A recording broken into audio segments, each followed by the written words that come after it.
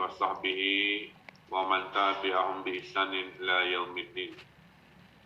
Hamdan syakirin, hamdan na'imin, hamdan yuafi ni'amahu wa yukafi'u mazidah.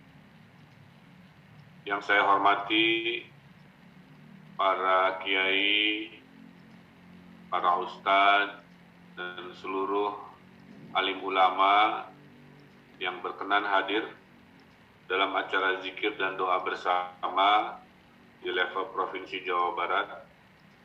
Yang saya hormati Forum Komunikasi Pimpinan Daerah Provinsi Jawa Barat.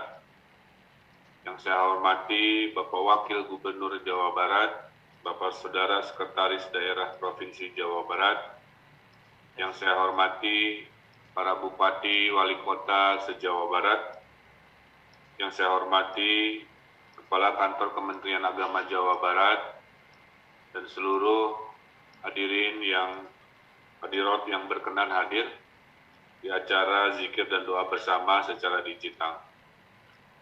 Teriring rasa rindu kepada Bapak Ibu semua, karena sudah lama kita tidak bisa patepung lawung, paamprok jonghok, patepang wajah, bertemu silaturahim secara tatap muka, sebuah nikmat yang Allah sedang uji dan cabut kepada kita di hari-hari ini. Mudah-mudahan suatu saat nanti tidak terlalu lama kita bisa bersilaturahim lagi secara dekat, secara tatap muka, dan tentunya dalam rasa syukur kita atas segala nikmat Allah Subhanahu wa Ta'ala.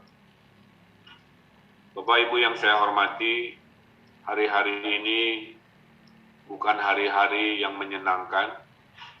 Saya meyakini di dalam HP Bapak masing-masing, Ibu masing-masing, berdering berita-berita duka yang hadir di pesan-pesan yang masuk kepada alat komunikasi kita.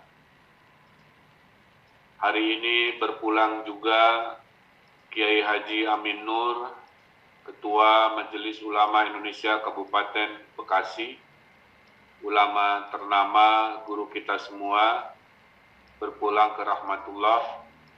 Mudah-mudahan Allah tempatkan di tempat yang sangat mulia dalam keadaan husnul khotimah, amin. Di sisi lain ada berita juga sekadar mencerminkan drama-drama kesedihan kita. Seorang ibu berpulang di mobil pinjaman dalam rangka mencari rumah sakit untuk pengobatan, namun semua rata-rata penuh, sehingga dalam perjalanan dari satu ke satunya lagi rumah sakit, akhirnya ibu itu berpulang di dalam posisi sedang dalam kendaraan. Itulah sedikit berita-berita suasana di hari ini, karena pandemi COVID saat ini sedang melanda Indonesia di gelombang yang kedua. Disebut gelombang yang kedua karena jenis virus COVID-nya berbeda. Yang tahun 2020, kalau ibarat kendaraan, itu virus yang cc-nya 1000. Sekarang ini cc-nya 3000. Jadi daya tularnya, Bapak Ibu, itu 3-10 kali lipat dari virus tahun 2020. Tahun ini kita mendapati anak-anak dan remaja banyak tertular oleh COVID yang tidak banyak kita temukan pada tahun 2020. Hari ini peningkatan kasus luar biasa. Total di Jawa Barat yang harus dirawat atau sedang merawat diri dalam proses penyembuhan ada sekitar 80.000 kasus. Dan saya juga meyakini bagian dari kita yang menghadiri acara ini juga sudah Allah uji dan alhamdulillah diberi kesembuhan dengan gelar LC, lulusan COVID. Bapak Ibu yang saya hormati, kedaruratan ini nyata keterisian rumah sakit di Jawa Barat sekarang mendekati 90%.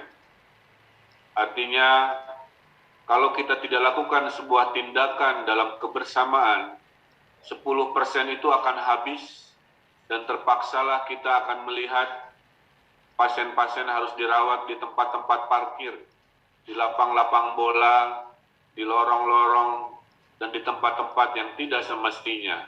Karena infrastruktur kita kurang lebih tinggal 10%. Masalahnya, COVID ini bersemayam di kerumunan. COVID ini hadir dalam keramaian-keramaian.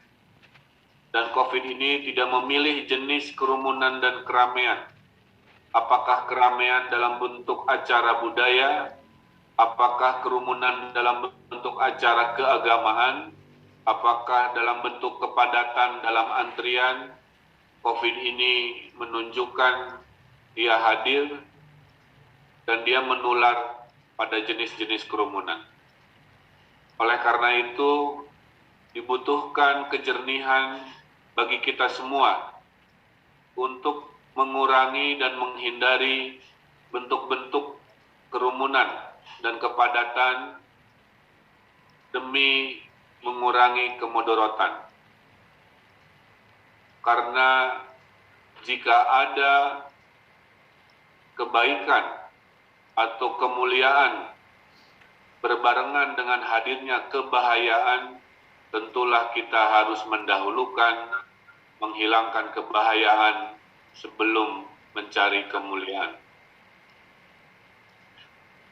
Nah, inilah prinsip yang mudah-mudahan bisa disampaikan kepada masyarakat melalui nasihat-nasihat, pesan-pesan berantai yang datang dari semua guru, semua orang-orang yang berpengaruh, para pengambil keputusan, karena masyarakat adalah cermin dari teladan-teladan yang mereka ikuti.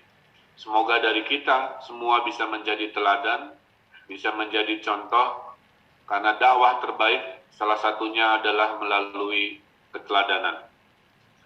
Bapak Ibu yang saya hormati, kedaruratan sedang kami selesaikan secara duniawi. Nikmat Allah yang bernama oksigen ternyata sekarang langka, sehingga tadi seharian kami merapatkan bagaimana mereka-mereka yang sesak nafas, yang tidak bisa bernafas secara normal, harus dibantu alat. Kami bantu penyelesaian suplai oksigennya, distribusinya, dan lain sebagainya.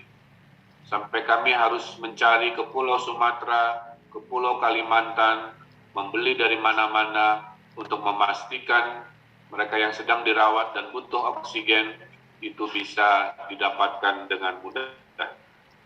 Di sisi lain, Bapak Ibu yang saya hormati, perbedaan tugas kami dibandingkan tahun 2020. Kalau tahun 2020 hampir 100